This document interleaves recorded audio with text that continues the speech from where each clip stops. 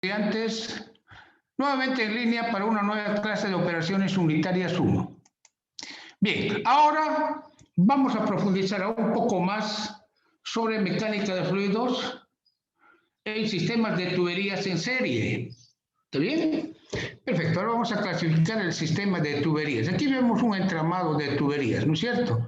Existen tuberías en serie. Por ejemplo, esta tubería amarilla con esta otra está en paralelo. Existen tuberías en paralelo, ¿no es cierto? Existen tuberías ramificadas y existe una red de tuberías en todo el sistema, ¿no es cierto? Entonces es importante clasificar el sistema de tuberías. Nosotros clasificamos el sistema de tuberías por fines didácticos en sistemas de tuberías en serie, sistemas de tuberías en paralelo, sistemas de tuberías ramificadas y redes de tuberías. ¿Está bien?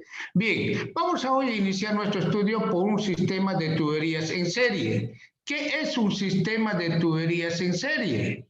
Un sistema de tuberías en serie está formado por tuberías en las cuales el fluido fluye en forma continua sin que existan ramificaciones laterales. Entonces, a este sistema de tuberías en serie, ¿no es cierto?, donde el caudal es constante a través de todo el sistema. Aquí no existen ramificaciones. Entonces el caudal en el punto 2 y en el punto 3 es constante. ¿Está bien?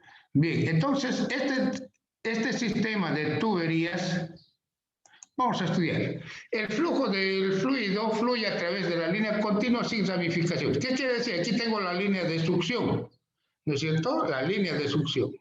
Entonces, el caudal en este punto es igual al caudal en este punto, por decir algo, ¿no? Alguien me dice la tubería es de distinto diámetro, cierto, es de distinto diámetro. Esto es una tubería de menor diámetro y esta de mayor, pero el caudal sigue siendo la misma. No así la velocidad. La velocidad cambia con el diámetro, pero el caudal no.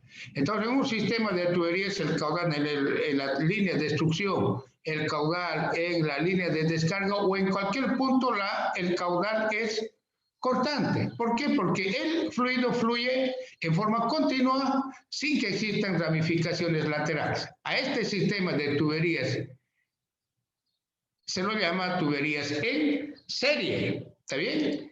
Bien, entonces, al realizar nuestro balance de energía mecánica entre el punto 1 y el punto 2, tenemos esta ecuación de balance de energía, ¿no es cierto? Balance de energía mecánica, ¿está bien? Aquí tengo la pérdida de energía por fusión, HF, pero esta pérdida de energía por fusión debe incluir las pérdidas en accesorios y las pérdidas en tramos rectos de tubería. Esta es la pérdida total de energía. Entonces, en esta ecuación vamos a considerar ya la suma de pérdidas en accesorios más la pérdida en tramos rectos de tubería. En nuestro caso particular, ¿qué tenemos aquí? ¿Qué pérdidas tenemos? Uno, tengo un accesorio, la entrada del tanque hacia la tubería. Entonces, esto sería una pérdida 1. ¿No es cierto? Aquí tengo un K. Aquí veo que es una entrada de borde cuadrado. ¿No es cierto? Un borde cuadrado tiene 0.78 de coeficiente de resistencia. ¿No es cierto? Bien, luego tengo la línea de succión. Esta línea que va del tanque, la tubería, ¿no es cierto? Que va del tanque hacia la bomba. Entonces aquí tengo otra pérdida de energía por fricción, que sería una pérdida en un tramo recto de tubería. Ya tengo la segunda pérdida. Luego tengo aquí una contracción entre la bomba y la tubería de descarga. Como ustedes ven, aquí tengo una tubería de mayor diámetro y a la salida tengo una tubería de menor diámetro. ¿No es cierto? Entonces existe una contracción, un cambio de diámetro. Entonces debo hallar para esta contracción un coeficiente de resistencia, ¿no es cierto? Porque lo voy a tratar como un accesorio, una contracción brusca, ¿no es cierto? Entonces ya tengo un coeficiente de resistencia para el cambio de diámetro. Entonces, en esta contracción también debo hallar la pérdida de energía en ese accesorio por contracción. Sería la tercera, ¿no es cierto? La tercera pérdida de energía. Luego tengo aquí una válvula, ¿no es cierto? una válvula. La válvula también es otro accesorio. Entonces, esto ocasiona una pérdida. Tengo entonces la cuarta pérdida de energía en la válvula. Luego tengo aquí dos codos. Entonces, en estos codos, que es un accesorio, ¿no es cierto? El codo sirve para cambiar la dirección de flujo. Tengo dos. Entonces, aquí tengo pérdidas de energía en accesorios. Entonces, tengo la quinta pérdida de energía, ¿cierto? Tengo la quinta pérdida de energía en los codos. Puedo sumar los dos, multiplicar por 2 la pérdida y tengo quinta. Luego tengo la salida, ¿no es cierto? La salida, ¿no es cierto? Para salidas el K siempre es 1, el coeficiente de resistencia, ¿no? Tengo la sexta pérdida de energía y además tengo la pérdida de energía en los tramos rectos de la tubería de descarga, ¿cierto? La séptima pérdida. Entonces tendría aquí, debía incluir al HF, debe incluir todas estas pérdidas, las 7 pérdidas de energía que existen en este sistema de tuberías en serie. ¿Está bien? Entonces debe incluir, a partir de ahora, debe incluir todas las pérdidas. En accesorios, entradas, salidas, reducciones, válvulas, codos, tramos rectos, debe incluir todas las pérdidas. Aquí tengo dos velocidades. Aquí tengo una velocidad del fluido, es una tubería de mayor diámetro, y aquí tengo otra velocidad que es una tubería de menor diámetro. ¿No es cierto? La velocidad cambia con el diámetro y con el área normal al flujo. Entonces aquí voy a tener una velocidad menor. En cambio, si el diámetro es menor, voy a tener una velocidad mayor. A menor diámetro, mayor es la velocidad. ¿Está bien? Entonces, si yo quiero hallar el número de Reynolds, voy a hallar un número de Reynolds en la línea de succión, con esa velocidad en la línea de succión, y voy a hallar otro número de Reynolds en la línea de descarga, porque las velocidades no son las mismas, las velocidades, porque cambia con el diámetro la velocidad. Pero alguien me dice, ¿y el caudal? El caudal sí es cortante. El caudal en un sistema de tuberías en serie es cortante. Entonces, con el caudal puedo hallar la velocidad en este punto y con ese mismo caudal puedo hallar la velocidad en la tubería de descarga. ¿Está bien?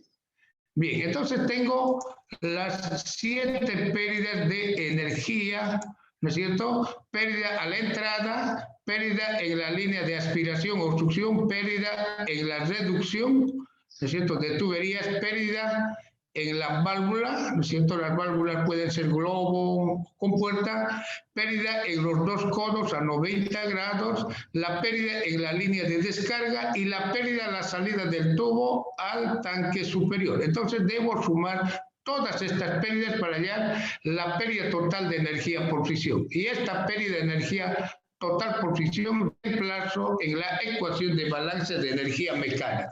¿Está bien? Perfecto. Entonces, de esa forma. Bien, los sistemas de tuberías en serie, por fines didácticos, lo vamos a dividir en 3 clases. Clase 1, en la clase 1 se determinará la potencia de la bomba mecánica, en clase 1. Para la clase 1 ya se tiene, ¿no es cierto?, como datos el diámetro de las tuberías, la longitud de la tubería, las propiedades físicas del fluido y el caudal.